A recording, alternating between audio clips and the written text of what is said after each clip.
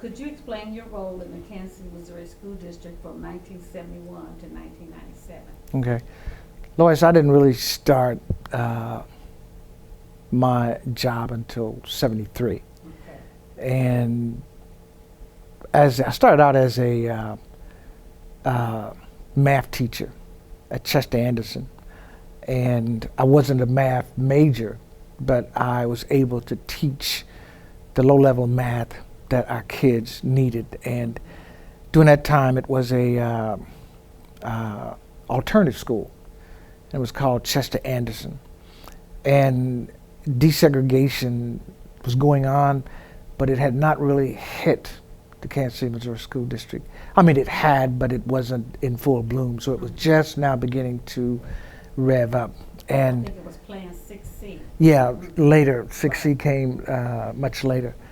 My role was really one of trying to understand, because when you're young and they start mentioning desegregation, you're trying to figure out how do you fit into the scheme of things. And there was really not much of a part for new people to play, because you were a novice at it and you kind of relied upon the powers to be, like the principals, the Board of Education and the administration, the central office. You kind of were at their mercy. And as a result, your responsibility was to teach a subject matter, and that's in essence what you did back there, because it did not have much of an impact on teachers. I mean, it did, but it was somewhat indirectly. You know, nobody came and asked, well, what do you think? What do you want to do as a teacher? You just taught. So it was a kind of a routine, day in and day out kind of thing where you just taught your kids, and that was it, basically. So my role was somewhat minimal when I first started out in 1973 at Chester Anderson. And Chester Anderson, again, was the alternative school located on 2727 Gillum in an old warehouse kind of venue. I worked at Chester Anderson for 6 years, okay?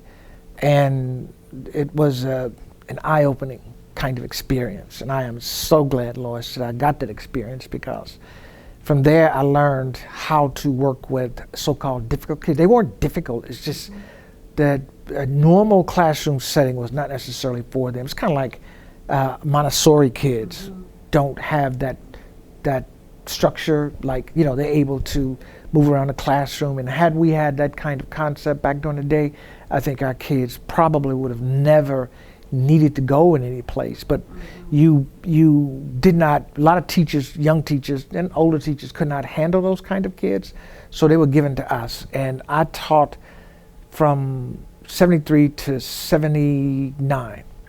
And in 79, I moved over to Northeast High School. And that was kind of an interesting setup, because there I was introduced to a plethora of different kind of children. You know, they had a strong Italian influence, they had a strong Hispanic influence, they had a strong black experience from the projects, who had moved over by then to Northeast area, and as you mentioned, because of the 6C thing that came about in like 1976. So over there, I was in a student adjustment center, which now it's called it was called a SAC room. And I know you remember Barbara Tate. Right. Barbara Tate was kind of like a director back during the time, and I worked under her purview. And 79 was a capitulation of Chester Anderson and the experience I got in the SAC room. So I still work with basically the same kind of kids who were kicked out or put out of a regular classroom, regular school, and sent to a center where we did counseling, and we would send for their lessons to be done within the SAC room. And we had a staff, believe it or not, I had a staff of about 5 to 6 people, because we would break them up into groups and send them over. And this area, this area, and this area, where they would get that more of a one-on-one, and the teachers would receive that work after it was finished. And many times, Lois, the students did not want to leave because we gave them individual attention. And from there, it was 69, I went over to Westport. And by then, the desegregation was kind of revving up, and it was kind of strong.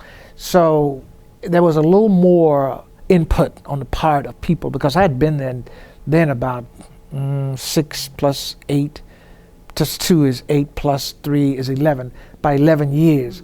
So the desegregation was beginning to rev up, and then 6C came into play.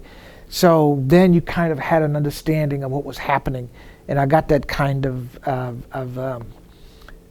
influence at Northeast, because at Northeast you had the kids who were in the neighborhood, and then you had the kids who were bused to the neighborhood, and that was kind of somewhat of a interesting experience, because when you mix kids from one neighborhood and put them into another neighborhood of different ethnic backgrounds, you're going to get some rumbling, and rumbling it was, because you had to adjust your teaching style or whatever you did to now accommodate kids of different cultures. And that may not always have worked to your advantage, because if you didn't know anything about that culture, you were kind of at a disadvantage. So, but you had to, you had to be a professional. You had to teach and counsel all kids. So I am now at 83 at Westport. And Westport, that was the first regular classroom that I had. And that experience were mostly black, white, and Hispanic, because the kids from the west side moved over or came or bused to Westport and Westport Junior. And that's what it was called back then. That's when Dr. Garcia was the principal in the building. And so I taught there for 3 years. Now, what was the racial makeup of Westport then? This was Westport Junior. Westport Junior. Yeah, it was kind of balanced back then, but it was more minorities, more Hispanics, and black kids, because by then, in the 80s, if you recall, that desegregation had really taken hold, and they had kind of divided or separated us from them. And then you have that truce dividing line, as you've probably heard a lot about. It sent a strong message to the communities, plural, that we have some issues here as far as desegregation. You have, I hate to say the us and them, but that's in essence what it boiled down to. So it was a somewhat of a even split, but it was kind of, like I said, more heavily, few more minority blacks and Hispanics than white kids, because the white kids were the east of truce kind of thing. Since the school was located there, they kind of had their own places. Like. So how did it talk a little bit more about the truce dividing line? Because several people have mentioned that. So how did that impact schools?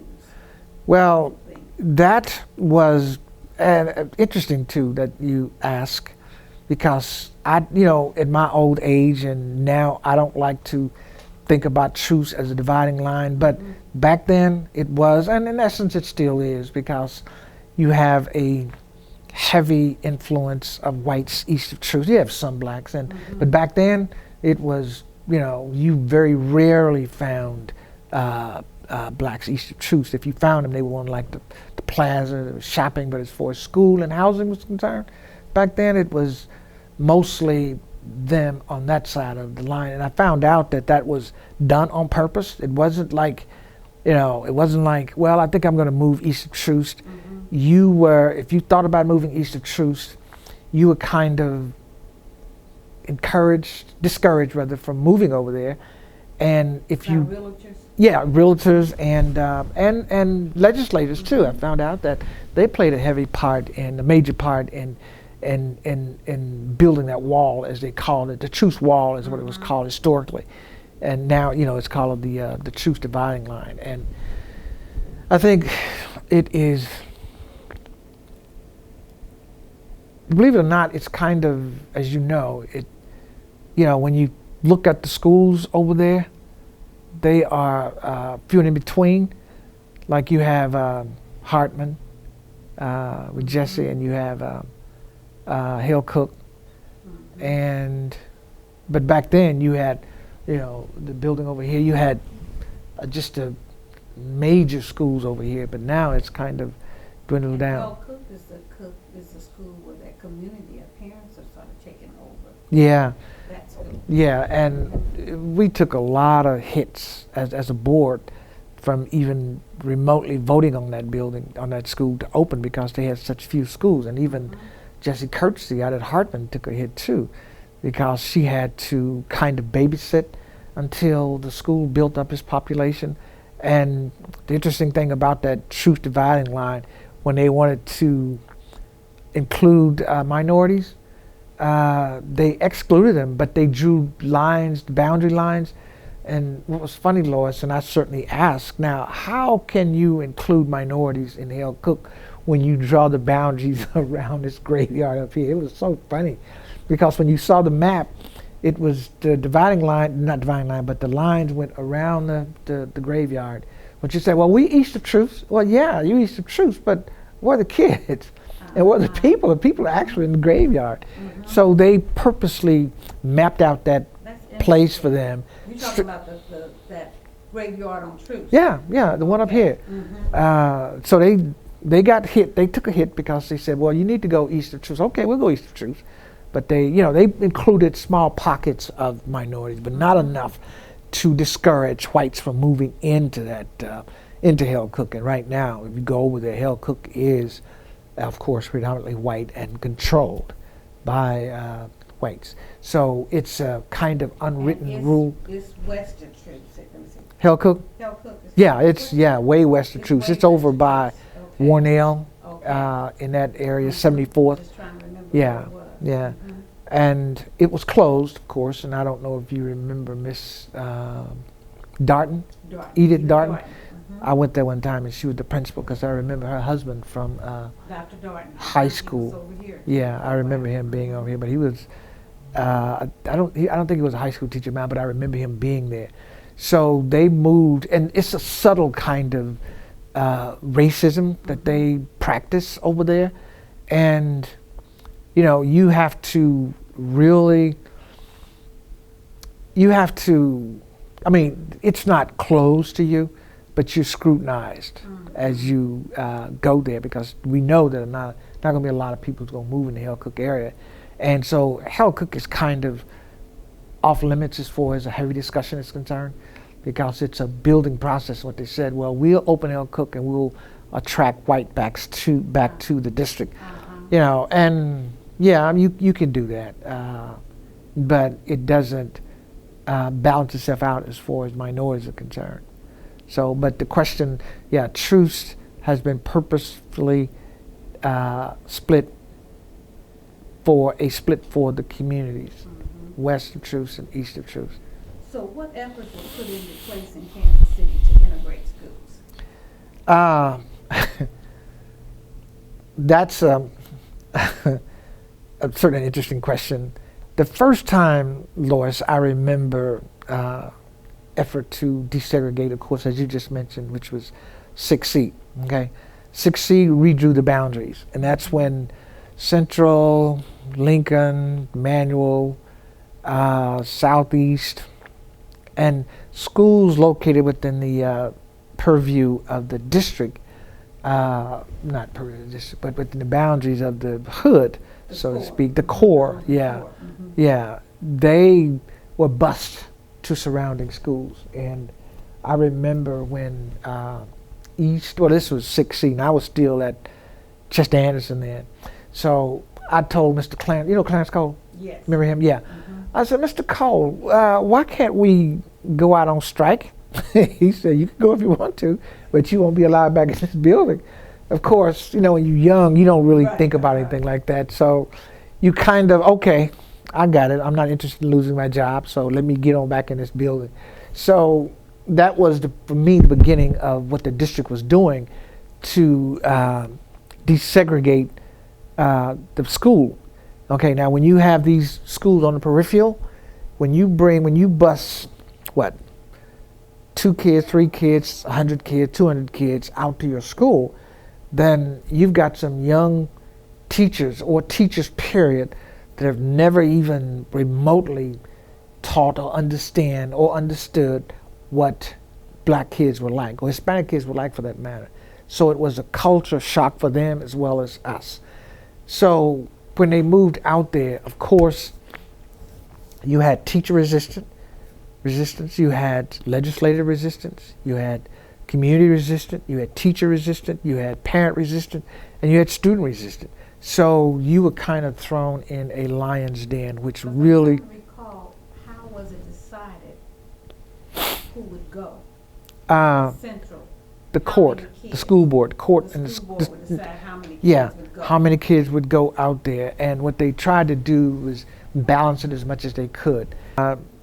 The decision to move kids out of the core from the urban schools was a decision between the board and the administration. Mhm. You know, they evaluated each school.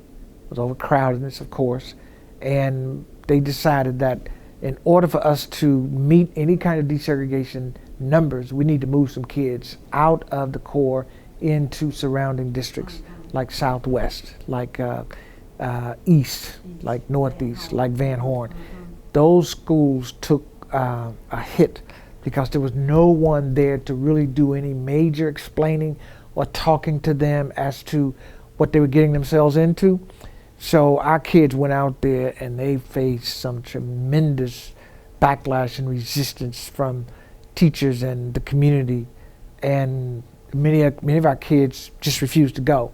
And that increased the numbers in our alternative school, because rather than go out there and be beaten up or called all kind of names, I'd rather act out to get put out so I can come back into this neighborhood.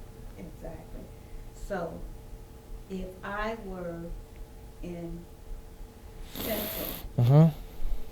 who would decide that I would be the one to go? So did the administration just arbitrarily pick those 100 that would leave out? Was it some sort of a lottery, do you recall? No, the administration didn't have that kind of authority. Mhm. Those decisions were made by administration and boards with collaboration from the principal. So the principal was told that, okay, I need 150 kids moved out of Okay. here, okay? They were given that directive, and they could either select some of their, depending upon where you live too.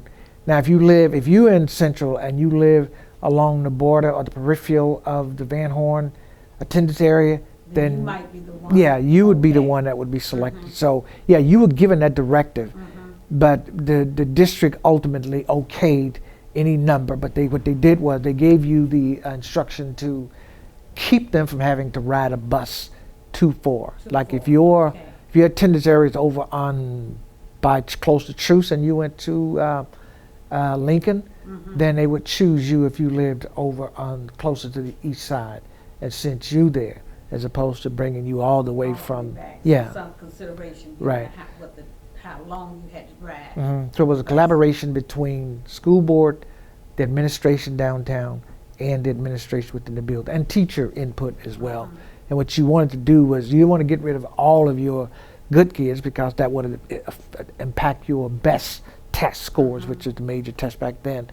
And you didn't want to keep all of the so-called disciplinary Mhm. issues, because you want to kind of keep a balance. balance. Yeah, yeah. hmm Okay.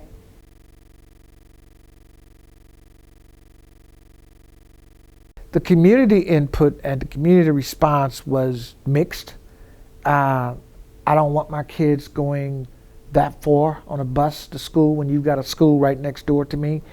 And then some parents and community members, organizations were excited about the possibility of kids getting a different kind of education. I'm not talking about necessarily a better education, but a different kind of education. Now you'll have an opportunity to go to school with white kids, Hispanic kids, Vietnamese kids, just a mixture of different cultures. So you should be able to benefit from that. Now, that was not necessarily a two-way street, Lois. You know, we may have seen that as an opportunity, whereas out there it may have been looked upon as a curse, because now you bringing in elements that we know absolutely nothing about. So the community had the kind of emotions that were split or mixed, and ultimately when you move too many of our kids in those directions, that opened up the opportunity for a lot of kids on those peripherals to move out, to further out. So it became, eventually, it became a predominant black situation. Some white kids, but you know, back in the 80s and early, yeah, right. Northeast used to be predominantly black, so did East, so did Van Horn.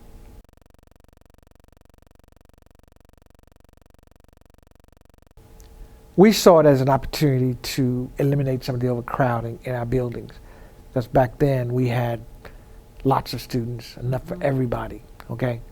And teachers saw that also as an opportunity for them to have smaller class sizes. So they looked forward to the more one-on-one and the opportunity to touch all their kids. Because I remember that desegregation. I had a classroom, Lois, and this is the truth, it had like 45 students in my social studies class, okay, at Westport. This was at the beginning of the school year, when they had not, what was it called? They had not did the count yet. And November count. Yeah, exactly. And I welcomed those kids. I mean, they sat everywhere, but I was excited to have them. And I had special ed students. I mean, it didn't matter to me, because I had an opportunity to diversify my style of teaching. And with smaller numbers, you can pretty much do what you want to, but you have to be patient and know that help is on the way. But when school first opened, you may get 40, 50 kids in your classroom. Then it levels itself out. And even if it didn't, I was okay with it. But teachers, staff were like parents, kind of mixed. You know, I'm okay with it. But on the other hand, I hate to lose my kids, because that means if you lose your kids, you also lose teachers. So you lose administrators, and staff is going to, because of desegregation, everybody takes a hit. Your suburban districts, and not suburban districts, but your peripheral schools and your schools within, because now you're beginning to lose that ADA, and when you lose funding, you know, even though they're going out to districts, you still get a cut from downtown. For your particular school. Yeah, you know, which cuts your athletics, it cuts your music, your extracurricular activities. All of that takes a hit, because your numbers now are not what they used to be.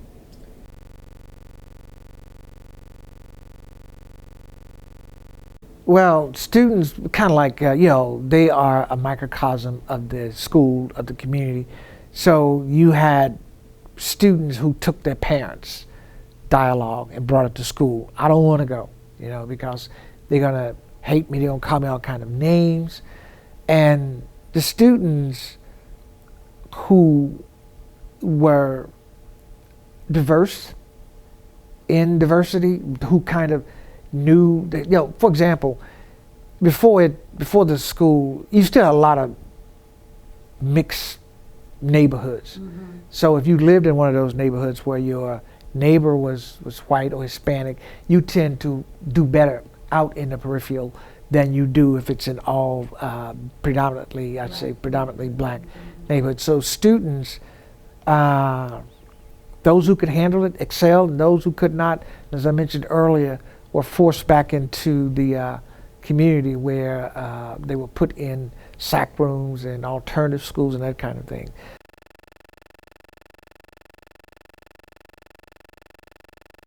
Okay, as I said earlier, I contributed to school integration initially by not getting involved. Okay, and that was kind of a contribution. It may not seem like it, but if you don't know what you're doing, you don't know what you're talking about, you don't understand the language, then it's you help by staying out of it and not getting overly involved. But as time grew, when different cultures come into your school, because of desegregation and the magnets and what have you, you have to teach your children how to cope with different cultures, and you also have to help each other understand what it's like, because when you're able to, if you've got a white teacher living next to you in a classroom, then it's incumbent upon you, it's imperative that you dialogue with each other.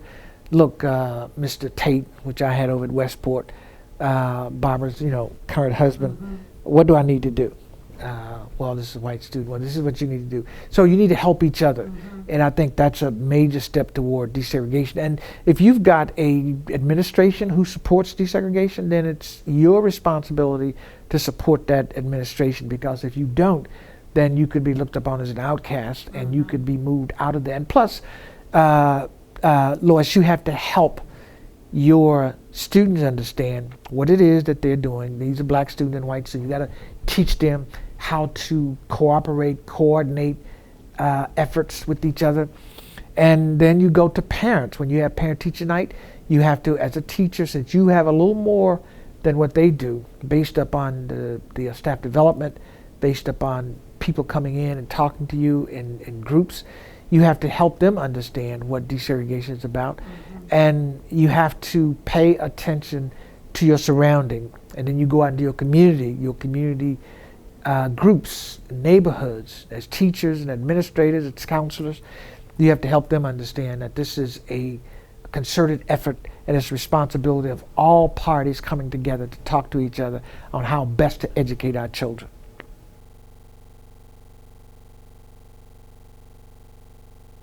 Back during that time, what year did you become an administrator? What year did that you was become? like in '85. That was 85. when the magnet schools were in full bloom at that time. And that was part, of course, desegregation. And I So kind can you just restate that you became a principal at Northeast? well, I became a vice principal at, my first vice principal job was at Central, under Robert Jackson, and my first principal job was 1998 at Northeast Middle. Okay. And but back in '85 when desegregation was in, Part of, yeah, it was in full swing. Yeah, you contributed in a number of ways, Lois. One, it was coming up on me to understand what desegregation was all about and how it impacted and affected me, and I needed to switch, do a paradigm shift, so to speak, systemic change in the way I do business and the way I think, and I kind of took off that old school hat that I wore, that I was trained in, and started understanding the significance of desegregation and how critical and how important it was to the district, and not just to students but to the entire community, because our buildings were just deplorable and they were horrible. I remember being at teaching a summer youth program at Paseo. I was on like the second or third floor, and if I moved toward the window, I could look down into the classroom below. That's just how dangerous some of those buildings were. And you, as I was reading, you freeze in the winter and you burn up in the summer. So something needs to be done, and it was my responsibility to understand that I needed to, as a principal, as a vice principal, counselor, teacher, to support desegregation for our children, and not necessarily for me, because I was going to be okay. I was a faculty member, I was a staff member, and I could not resist change, and to resist change would be hurting our children, because our buildings, we needed a facelift, and we needed one really bad. And when you have legislatures, you have people on the peripheral, you have communities, you have outlying districts that simply did not want our schools to be segregated, nor do they want our children coming down this way out of fear. So you contribute by helping in any way you can, volunteering, for change, volunteering to talk to groups, to put yourself out there, to take hits from the community, because you cannot explain to a parent about desegregation if they are resistant to it. So you have to buy into the process in order to help them understand that change is necessary.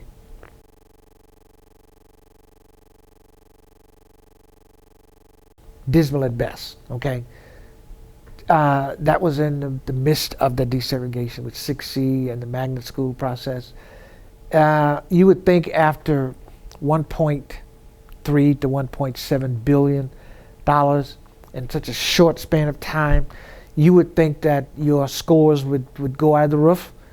But unfortunately, we built a lot of edifices. We built a lot of beautiful buildings.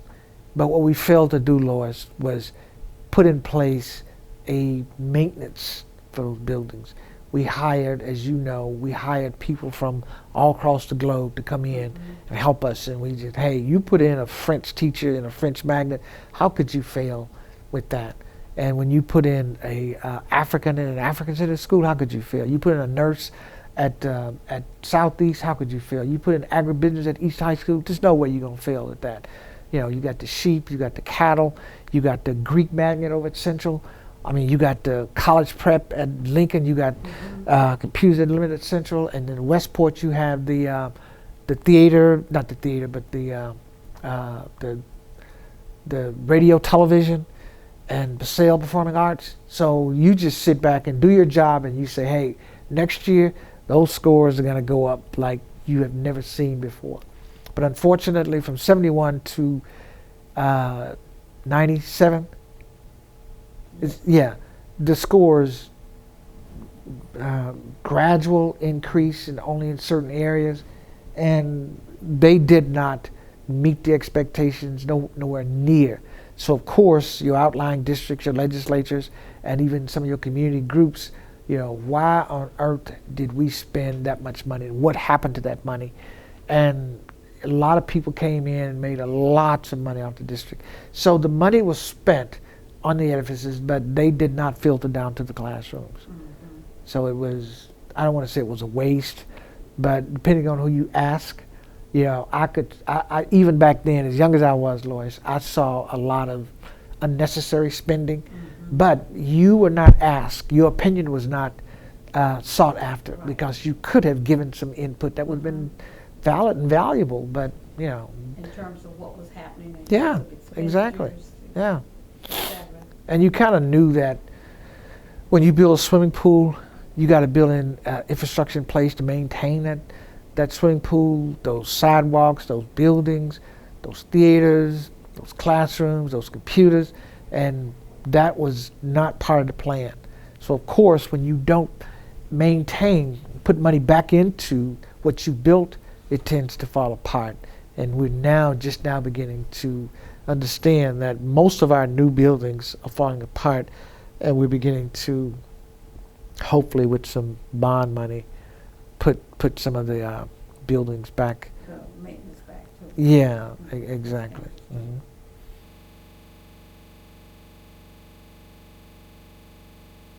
Getting to know and interact with people of different cultures. And I say that which was great, which would have been outstanding, because if you are able to go to school with different cultures, then you are creating a system by which you'll be able to matriculate into once you get out of school. And when you graduate from high school, you graduate from college, you're going into a multicultural environment.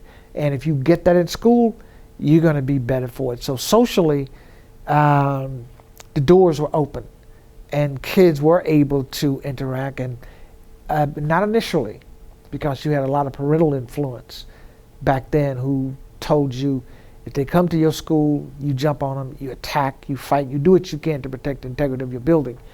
But gradually that dissipated, and some of the white kids moved out. And then when they were here, the opportunity to interact and dialogue with each other, I think socially helped a great deal. And those who were able to assimilate usually turned out to be better citizens in the long run, better co-workers, better workers, period. So it had socially, I thought it was a great idea.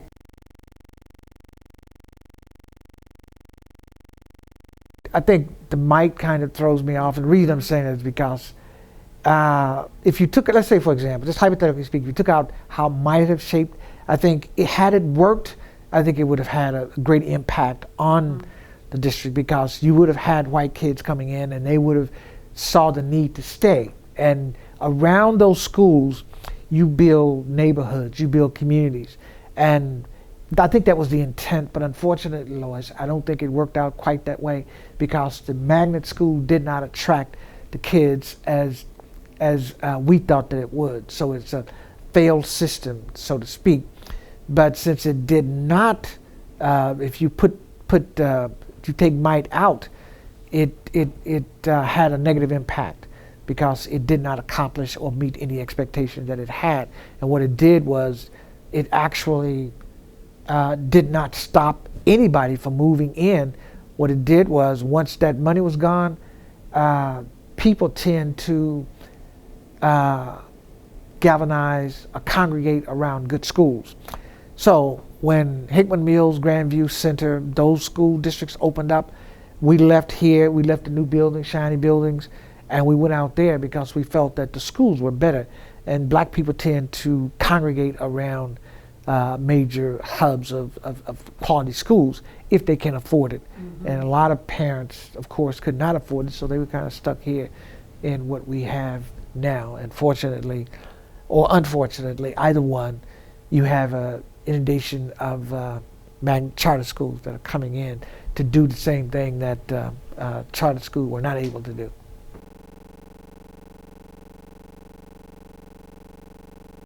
One, 2, 3, 4, 5, 6, 7, 8, 9, 10, and it goes on and on. There are a number of things that can be done. But I think first and foremost, we need to have a dialogue. We need to talk.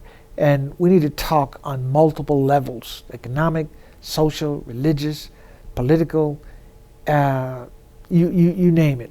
And those conversations need to take place on a regular basis and a consistent basis. And I was in a meeting this morning, Lois, and this white gentleman really means well, just a wonderful man, older gentleman in his 80s. He said, you all don't have an agenda. What is the black agenda? And what it does is it makes you start thinking, you know, as distasteful as that may sound, you got a point, because there's so many disconnects, so many groups, so many meetings doing the same thing. Many different factions. Yeah, so many different factions. And when you have that, you have a major problem in your community. So when you just can't say, well, he said, well, you all need to embrace the majority community. I don't disagree with that, but it needs to be reciprocity here. You need to embrace. You don't expect for us to come to your meetings all the time. You've got to come to our meetings too, and you got to bring your fears. You got to bring your hang-ups. You got to bring your prejudices. You got to bring whatever it is that you have that keeps us apart. And when you meet at that level, change can take place socially, as I said, and desegregation will become almost a minor thing, because now you're beginning to talk to each other. You begin to understand that I have some of the same hang-ups and same issues that you do. It's not that I'm racist or anything like that. You're not going to be able to take that away from me. But I move not necessarily because of race, but I move mostly because of economics.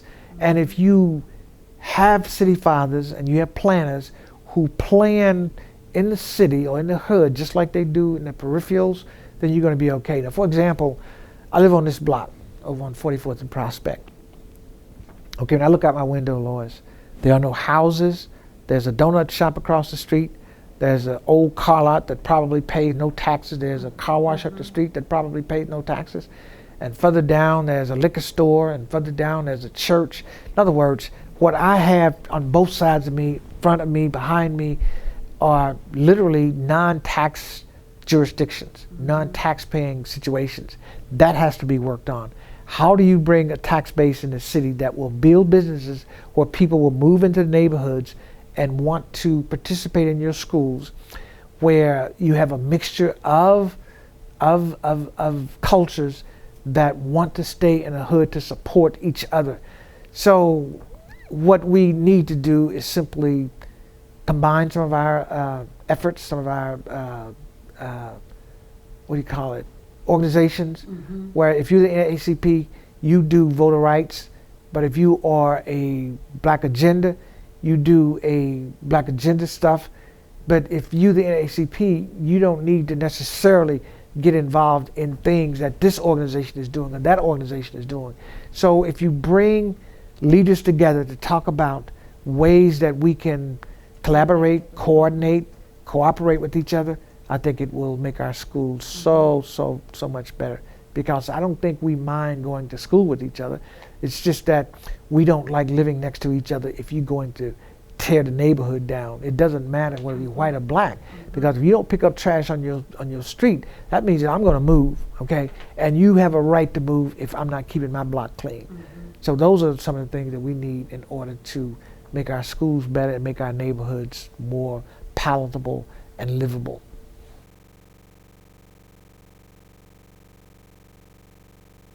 Well, I'm hoping that school integration will come about as a result of building neighborhoods.